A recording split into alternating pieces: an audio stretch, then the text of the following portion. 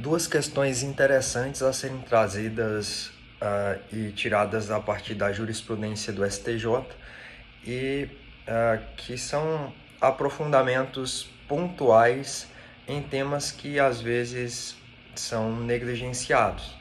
O primeiro em relação à responsabilidade bancária ou do banco, das instituições financeiras em geral, pelos juros daqueles montantes depositados em suas contas.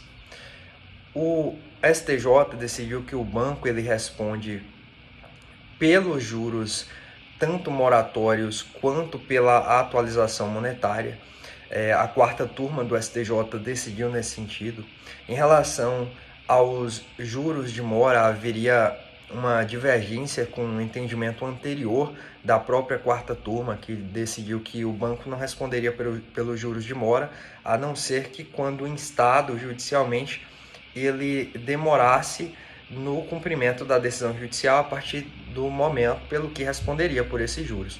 Então, eu considero superada essa jurisprudência da quarta turma, na medida em que no ano de 2023, a própria quarta turma disse que as instituições financeiras responderiam pelos juros de mora e pela atualização monetária. O Superior Tribunal de Justiça, por sua vez, em relação aos juros remuneratórios, decidiu que a instituição financeira não responde. Isso porque os juros remuneratórios, também chamados de compensatórios, seriam uma espécie de avença entre as partes ou entre o cliente e o seu banco acerca da remuneração a partir do montante depositado nas contas dessa instituição. Então, sem que haja essa avença, ou seja, em relação a depósitos judiciais, depósitos que a parte faz por mandamento judicial, não haveria essa relação jurídica, mas sim uma imposição ao banco, e sem essa convenção entre as partes não haveria que se falar, portanto, da responsabilidade do banco pelos juros remuneratórios. Então, em síntese, pode-se decidir ou pode-se concluir pela não responsabilidade do banco em relação aos juros remuneratórios, mas, por sua vez, pela responsabilidade da instituição financeira em relação aos juros moratórios e pela atualização monetária ou correção monetária.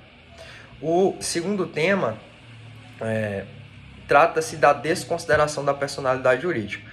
A desconsideração da personalidade jurídica é instituto previsto primariamente no artigo 50 do Código Civil e serve para aqueles casos em que a personalidade jurídica é um óbice em relação à efetiva responsabilização dos sócios por obrigações contraídas. Então, se existe elementos como abuso do direito, abuso da personalidade, ainda violação da lei ou do estatuto social de determinada empresa, é possível desconsiderar a personalidade jurídica. A desconsideração seria uma espécie de suspensão temporária da personalidade jurídica da empresa. Só um minuto.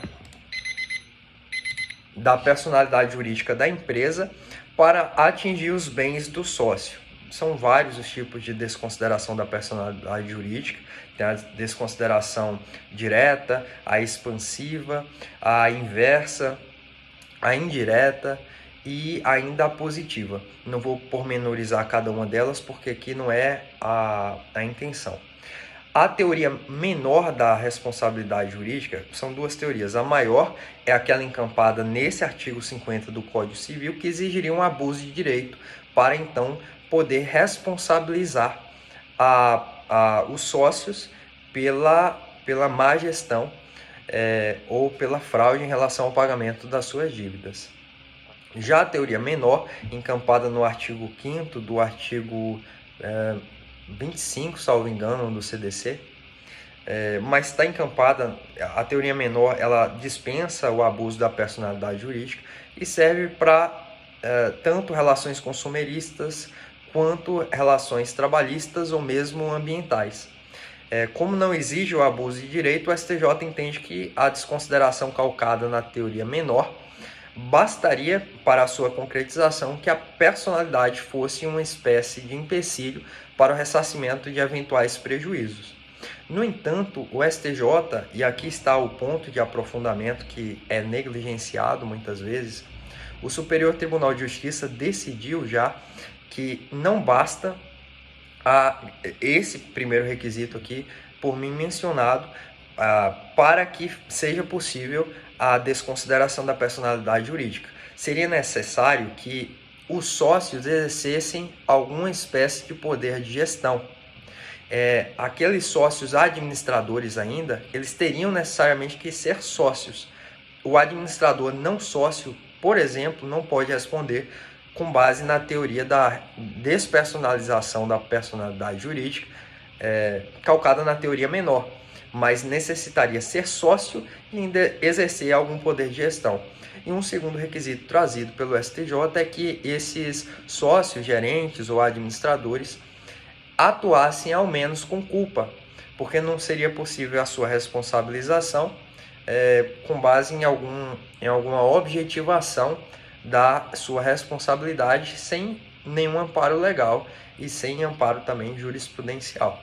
Então fica aí esses dois temas de aprofundamento, temas pontuais e que são relevantes na aplicação prática do direito.